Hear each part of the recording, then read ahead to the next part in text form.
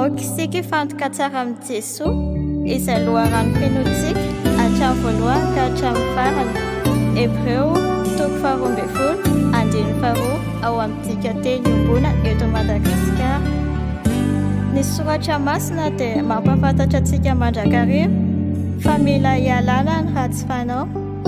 Tena faniriana ao anatsika ihany koa izany, saingy na dia eo aza ny ezaka atao dia toa mbola miverina ihany ilay fahazaran-dratsy.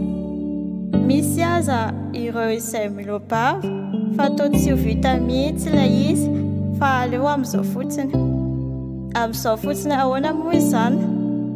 Eo alohan'ny fakapanahy sy ny atom-panahy atretintsika andavanandro dia ireto manahaka ireto no ambaran'ny soratra masina.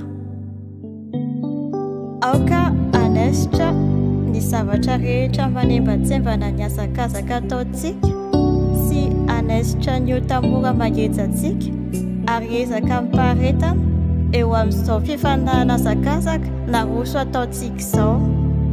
Aoka isika hifantoka tsara amin'ny Jesoa izay loharano finoantsika hatramin'ny voalohany ka hatramin'ny farany. Ny fahamarinana voalazo eo ambony dia izao: tsy maintsy izao sy anao no manaiky ala amin'ny ratsy fanao.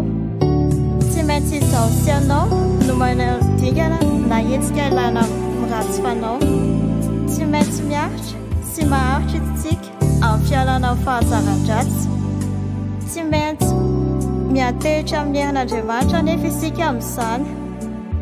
Tsy maintsy mino isika fa ho tafala amin'ny fahazaran-dratsy noho ny amin'ny Jesosy Kristy. Andriamanitra manaiky aho fa manoatra no mimpandresy ny lalana nosiritanao anay. Amen.